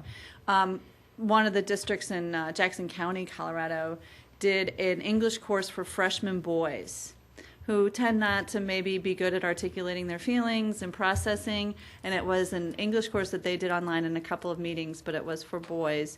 And they really found a lot of success that they were able to engage the text if they were from home. So it's, looking at different populations as well, what might work for them for a class, that kind of creativity and thinking about students and where they are and with their learning, I think is fairly exciting as well. Go ahead. Jen, how does the changes in technology factor into this? Because I remember sitting here, I think even before you came, and Scott Sanborn was here, and you did this Citrix, and it's, everyone was in different places, and I was like, that's amazing. And like, I couldn't live without that any day of the week at work anymore. I mean, I don't know what I'd do without GoToMeeting. It's like another appendage. And so you get used to the new technology and the different things that are out there. How does that allow the curriculum to grow once new cutting edge technology, not even cutting edge, new technology comes into practice that becomes affordable? Well, I'm going to address one of the key learnings that we've had already, and this was through some of the reading that John Davidson and I have done, but then also in the very first face-to-face meeting we had with Evergreen, is that one of the things that they're encouraging us is that it's about the learning experience and not about the tool. So it's that we have to focus in on the content, what we want kids to know and be able to do first, and then we start engaging the appropriate application. So then we're going systems, and then after that, then we're engaging the appropriate tools. So I think in that way, that is one of the biggest changes for me, is that the focus for years has been technology integration, technology integration, technology integration, and where we're going now is focus on the learning, then figure out how the learning is going to be delivered, and there's a tool involved or not, and then figure out the student's use of tool and whether that transforms learning or not. So then when you think about your question in terms of curriculum, I think there are lots of exciting and potential things. We spend a lot of time and energy right now developing our own content, and we're very proud of that. So any time that we would vet or look at content that's not developed by us, such as with Project Lead the Way, we want some type of scrutiny and vetting process. But what that might allow us to do with Project Lead the Way, we were able to get to instruction, articulation, all of those types of things much more quickly. It might also give us access to either, and I don't want to think of just high school, but course content, even at different grade levels, that we are actually struggling to provide right now for maybe elementary students, junior high students, or high school students. So it increases content that they might have access to, and the collaboration and the shared access to content might help us with that. And I know I've read about, schools in other states, other places that are already doing these types of things. How do you use them to help mentor what you're doing? I think, the very first thing we did is make sure that we did all of our reference checks, and we called those individuals. One of the things that we're learning, they give us a whole profile of groups that they know of that are in consortiums, one that they have actually led the strategic planning for those consortiums, and then other consortiums that have been led by others. There are states who have a focus on doing this for districts, and so I actually think that we can learn a lot by going at the state level to the members who actually did the work and put these things in place.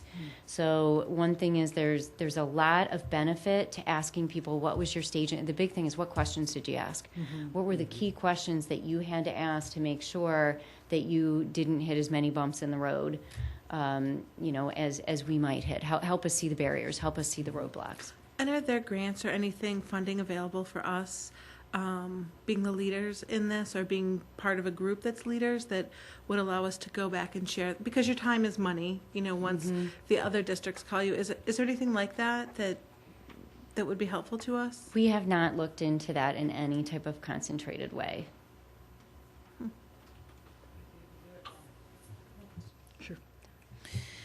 So Jen, I know that they'd be getting the credit through, our district still, but thinking more about college and career readiness, is Evergreen advising us or, having conversations with you about, will higher institutions accept all the credits? Because I know, for instance, some of the online learning now is that students take with other institutions, are accepted by the state, are accepted by us, but then the NCAA says, nope, sorry, that doesn't really count as an English credit, or a college will say, oh, sorry, we're not going to count that, even though the school and the state have counted it. So have those I know that you're still early in the process, Right. and it's very exciting, but is Evergreen there to help support that piece as well? They are there to, let's say, put that conversation into a strategic plan in phase one. But as we would move into either a continued phase two with Evergreen or on our own, we would absolutely have to ask those questions and review policy in addition to that, statutes, all of those types of things. Now, they are already in their strategic planning process, those types of conversations and questions are considered. Yeah.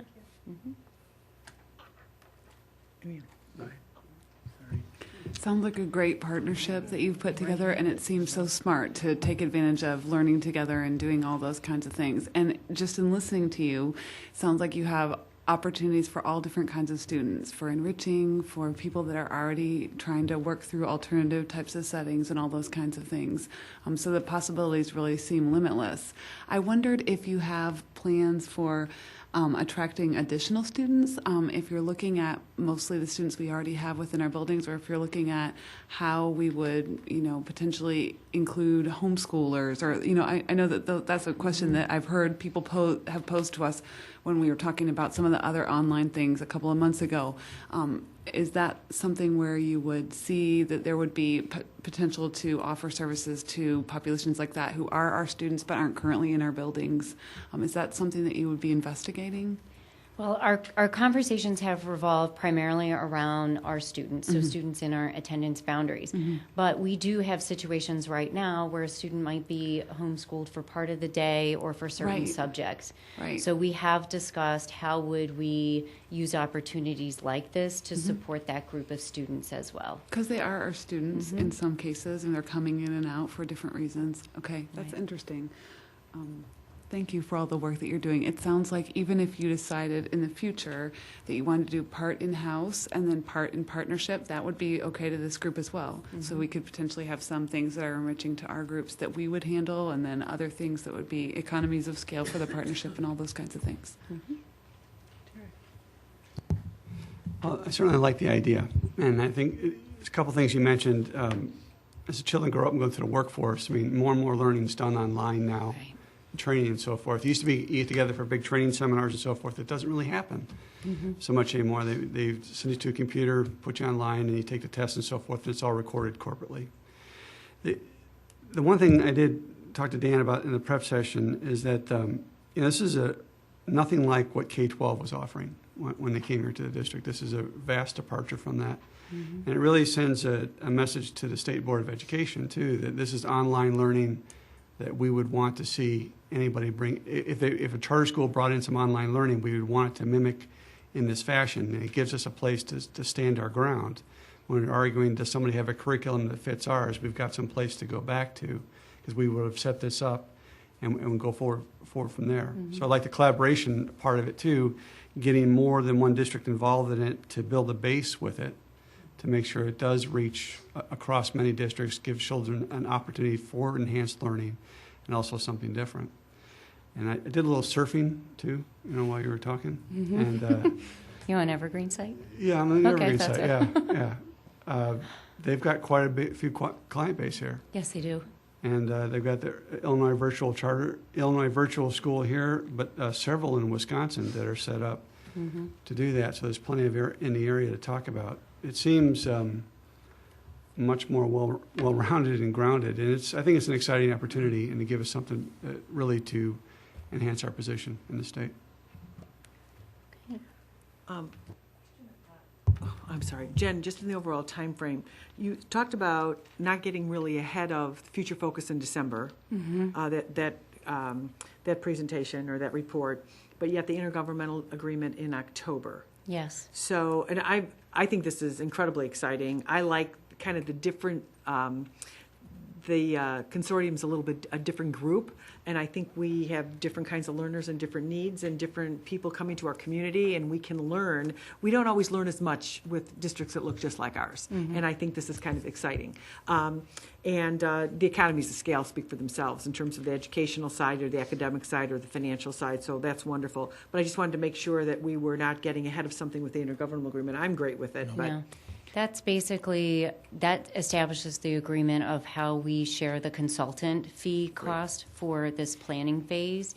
And then it also specifies that in terms of the strategic plan that we walk away with. Perfect. And I knew there was an explanation, but for the thousands of people on the World Yes. Wide Web that are coming to Future Focus, we wouldn't want them to think that worked. No, I'm being half sarcastic, but yeah. Perfect. No, I in understand. parts of this topic have already emerged, and not only through Future Focus, but even board priorities in terms of looking at short-term priorities to develop a plan of work like this. I think then what Jen is being respectful of is maybe the community values and priorities related to online learning and where they fit then relative to the work that we're doing with the other districts. We'd have a decision to make where do our community values align with this group, part of this group, or on our own. And I think, too, it's not brand new. We've worked on consortiums for different learners in our community, the Bridge program and different alternate programs of education. We had a partnership with 204. I know one was looked at with Wheaton a few years ago, and they weren't quite ready. But I think it's a wise approach. It's a good way to do it. Thank you so much. Okay, Any thank other you. questions? So we'll go back up to That might make a little more sense, Michael. the We were policy. just reluctant to have someone think there was we're kind of that background was very helpful, right? Sorry, Dan. Okay. So in a moment, we'll have Kane speak. Kane Osborne, the Deputy Superintendent, speak to Board Policy 6.185. Again, this is new policy. We don't have this policy at this time. The framework of the policy that you have in your materials is language from the Illinois State Board of Education's policy consultant, and it's the model Illinois school policy. So I'll let Kane speak to it in terms of what's in it right now. What we're looking for tonight is just to bring it to you so that you can get some background on it, begin to ask the question. Our first reading will come to you at the next board meeting. This has been reviewed by our legal counsel, and I may be taking a lot of what Kane's going to say, so I'm going to stop now and let Kane say it. No, actually, it's not nearly as exciting as Jen's presentation, and this is just, as Jen mentioned, a policy that actually we really need to have in place already to address what we've been doing with certain populations with online learning. So it's important that we have this policy, but after talking to Evergreen, they also recommended that we have it in place going forward in planning and developing an online learning plan. And this is a policy, it's not a plan. Plan is what Jen's talking about developing. This is just a policy that will serve as one of the pieces that needs to be in place for it. Just a couple quick points. It is aligned to Illinois statute, and it's taken from an IASB template that we revised a little bit to make sure it was further aligned with statute and with some of the things we've been talking about in the plan. And as I mentioned, the initial goal of that statute was really for making sure that alternative populations and placements, their needs were being met through policy. Maureen Lemonette, our legal counsel, has vetted it and given us some feedback, but initially it's been intact from how the draft started. And those are really the things just to know going forward, other than to give it to you in this report, have you read it, and give us questions going forward tonight and also through the reading process. So again, our process tonight would be to begin to identify what questions you do have about this policy. We may have the answers, we may not have the answers, but that's what the intent of the September 16th meeting would be, then to come back, excuse me, with those answers to allow for a first reading under the context of your questions being answered, and then come back at the October 7 meeting for action. So questions that you may have at this time, we'd be willing to entertain. Susan?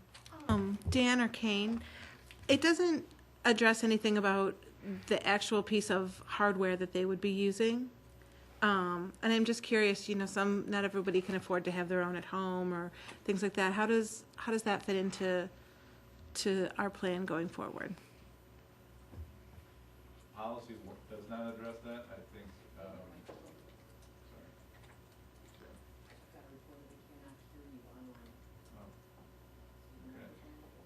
I've never had a one of the thousands out there. Oh, I would. Okay, sorry. I am not surprised. Nice. No, I thought this blue light was on. I so- heard you. yeah. Got a little blush out of that one, Kane. Okay, jeez. I'll Kane, I just- thought you spoke very clearly. I heard every word. I didn't have my microphone. I still had my apologize. teacher voice going there. Yes.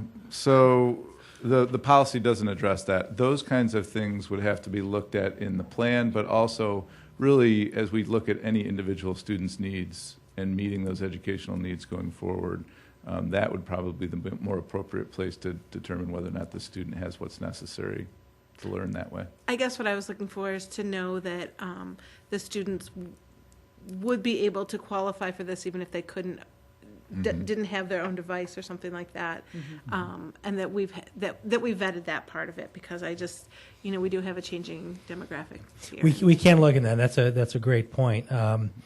And again, initially, if that part isn't specifically in this initial policy, those would be things that over time, and as Jen and her team develop the And plan. it might not belong Absolutely, here I at all, understand, which is But I fine. think No, that's a I great just want to point for know the your vetting. thought process Yep. for that when you come back. Any other questions? Go ahead, Terry. Go. Yeah, yeah. Terry. Go ahead. I look to the right all the time.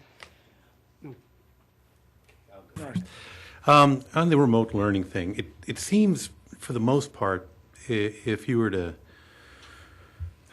describe what this covers, the most of it would describe an online program for the policy.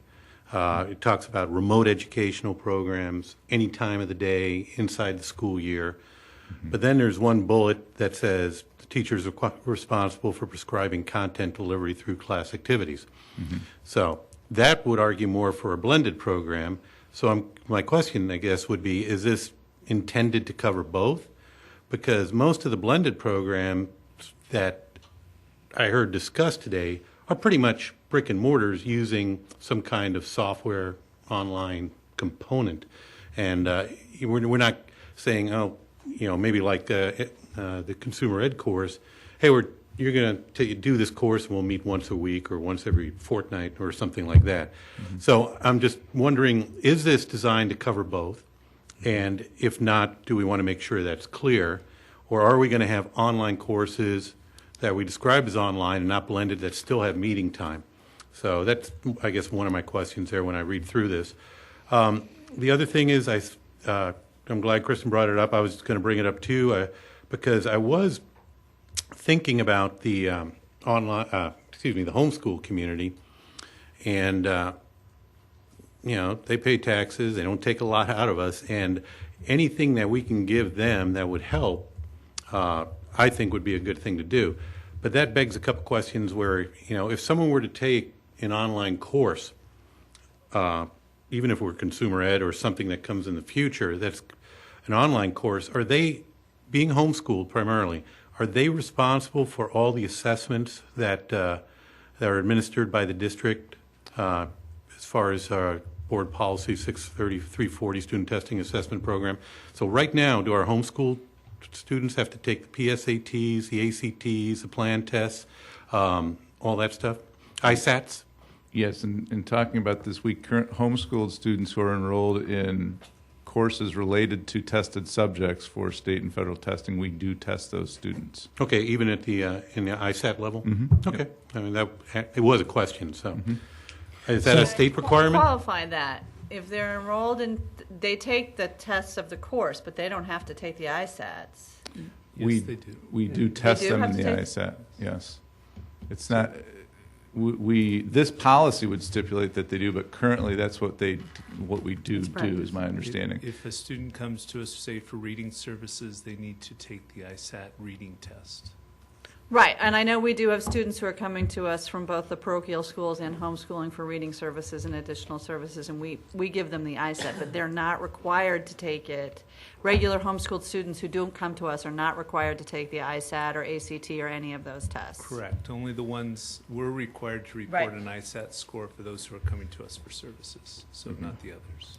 So, taking that question, and I don't expect this all to be answered right now, but if we developed an online course, because I'm trying to think of things this might have to cover, that is purely online. It's something appropriate for the high school level that probably has a narrow focus or something, and a homeschool kid wants to take it. Do they now have to take the ACT since it's part of the high school curriculum? Under this, they would. We'd have to. And that's one of the things I want you to think about. Yeah. And I know we don't have purely online courses right now, but if that's something in the future, I personally think we should make it available to our homeschool community. I just want to make sure that we're not putting requirements in our policies that we may not really want them to do. So we'll go ahead and review that No, part. that's fine. Yeah. And then the other part, I just don't want to make sure that that part's not forgotten also. And then just in terms of overall, what type of online learning is this intended to cover? Right. And I think, the initial reaction would be, in Jen's presentation, all parts of it. But we'll make sure that as we look at the policy, it's inclusive. Well, because, in my mind, the rotational model that Jen described really doesn't belong to this, but it's part of our, technological advanced learning that we're doing. And maybe, maybe we just need to be careful about our So terms. maybe it's not specifically this policy, but it's sure that policy's covering. Right. And maybe it should or maybe it shouldn't. That's my question. I just want to make sure that we're all straight on what we're covering and what we're not. And as questions are raised, there might be some other peripheral policies that we have to look at revising so that they align appropriately. Absolutely. Yeah, absolutely. Yeah. Susan, Terry's acquiesced. Go ahead. Oh, thank you, Terry. I appreciate it. You're welcome. I don't want you to hit me. Doesn't cut back on that. Cut back on it. This doesn't address also, and perhaps that's intentional. Students taking multiple courses during the course of the year. Is this an opportunity for them to take additional courses if they're taking one science course and they want another one, or an extra math course, or and you're always thinking about gaming the system. Like, is this a way to game? Or, some folks are figuring out how to do that. Yeah. How do we protect, or is it necessary to do that? I mean, that's wonderful. If somebody wants to take extra classes, I don't see that as a Right, problem. well- Like, you want to take another science course, awesome. But, what is the potential for abuse here? If there is any, and then, Great not that GPA everybody's the abuse. bad guy, what's the potential, how does this expand? So the policy is the backbone, but as the plan's developed and procedures are developed to implement the plan in line with the policy, that's something that would have to be put into that process. For instance, it says how the remote educational program best serves the student's individual learning needs. That would have to be put into the process to assess that and determine that in the context of any of the models that Jen outlined. So, Oh, and I just figured out how it could game the system, GPA. Right. Because you're taking more classes, or Right. it's declining your GPA or increasing your I might have just GPA. said that. Sorry to interrupt you, because I would That's lose all right. that idea if I held on to it, so I had to interrupt I you. think one of the problems with What a place. always figuring out how to game the system is there's somebody figuring out how Yeah, they're yeah, figuring out how to game the Yeah, system. yeah. They're smarter and, than us. And They so sticking at the student's individual learning needs is the single best focus for us Right. at all times, and that's what we would do through the process. It's a perfect example, too, of how we have to look at other related policies, too. So, for example, is the content provider of the online course internal or is it external? We have policy limiting how many outside courses you can take. So we'll have to look at all of those Right. things. Right. No, it's a good point. Terry. No. No. Go ahead. No, go ahead. Sorry, I just He's messing with you. Here we go. Okay, Terry. I just wanted to make one comment on the ACT. Several of my neighbors homeschool, and I do know if you want to go to college, and the college has an ACT requirement, you have to take the ACT test, even though you're homeschooled, in order to get in that college. So I don't think the policy in and of itself would mandate it, that they take ACT, because they're probably going to be doing it anyway. Most of the homeschoolers that I know go on to some pretty good accredited universities. So I see this as an opportunity for them to enhance their own learning base, and would certainly welcome into it, and perhaps they might have some other resources that we don't have. Whatever's in the final policy, assessment's going to be important to determine the efficacy of the online learning that they've just taken. So we have to consider that, too. And I'm just harking back to our friends at K-12 who didn't have such a process Maybe there was a when they're here. No, if the plan was there, it wasn't evident. Any other questions? Kristen? This is wording, but I wondered why we call it the remote learning as opposed to online and blended, since that's the vernacular that we're using in our district. It's the title that came from the ISB. Yeah. Okay. It's the model language. So Yeah. if that's something we want to customize, it's something we can. Change that. Just because it puts a different mind picture in your mind than what the other. It's hard to know in cave 10 or something, years yeah. Kind of, what's it's going to be weird. the more appropriate term. So. Michael? Yeah, and to piggyback, I don't think remote learning is what we're talking about here. Because, and I understand this is just the shell that the ISP said. But to amplify that thought, where we are in this process, do you guys really think we can make intelligent policy in a month on something that we're just starting down the road on? I think we can adopt policy that is sound, but as this plan develops, it's likely that this policy, as other policies, when situations change, is going to have to come back for revision. So, the consultants, as they've worked with us, have indicated that the districts, they suggest, Jen, help me with the words, that each of the districts that are working have and adopt a remote learning policy. And then we've also found that this would be beneficial for us in some of the online learning that we're currently already doing. So, to respect your point, you're right. It just seems to me it makes a lot more sense to write a policy when you know what you want to do, rather than write something coming off a boilerplate and then 6 months down the road go, oh, we got to change this, and do we strike that, or do we change that neither to an either, and whatever. Just one person's observation. I asked Dr. Esther to speak to the rationale that Evergreen provided, or through the work with the group. And I will actually say, even in collaboration with the other districts, so for example, 204 has online learning options right now, so they have courses.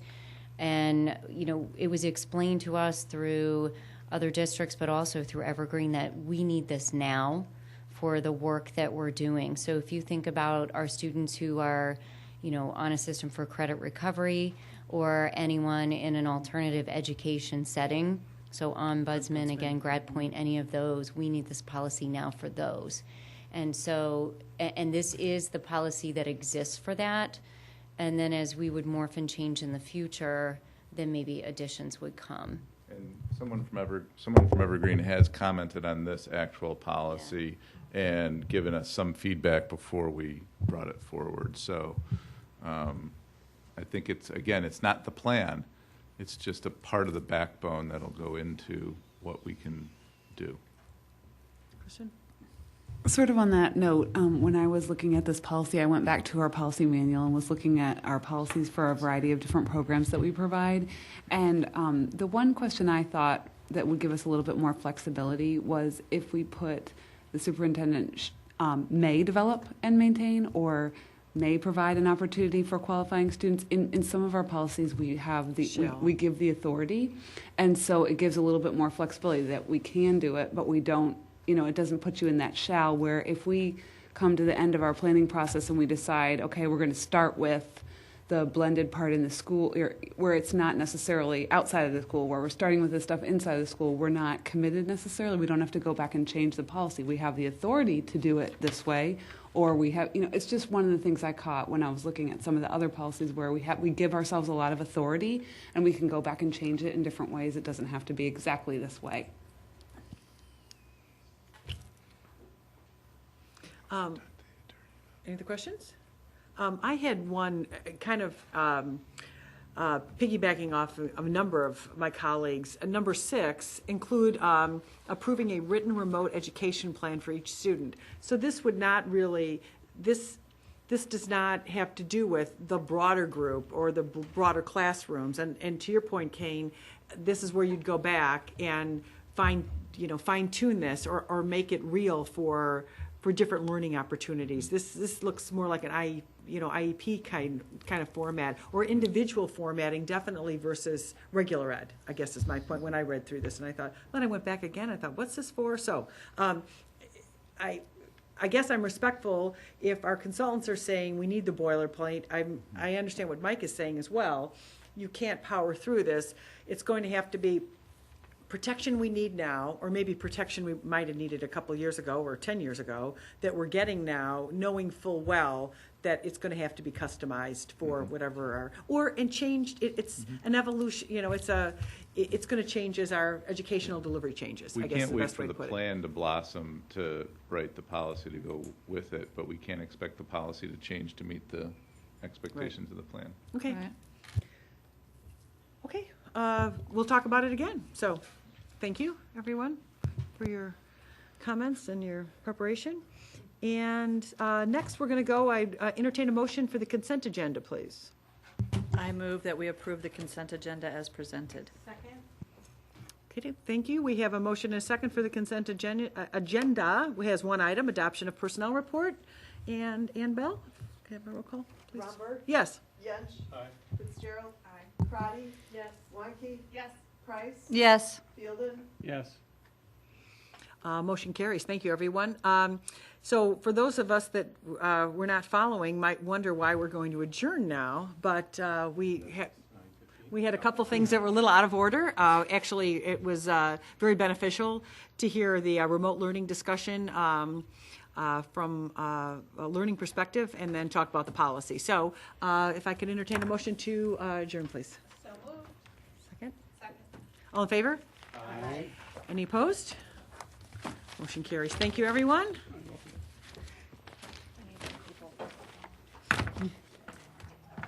I'll see you tomorrow, my lady. Tomorrow morning, yes. I heard. So I'm typing an email right now.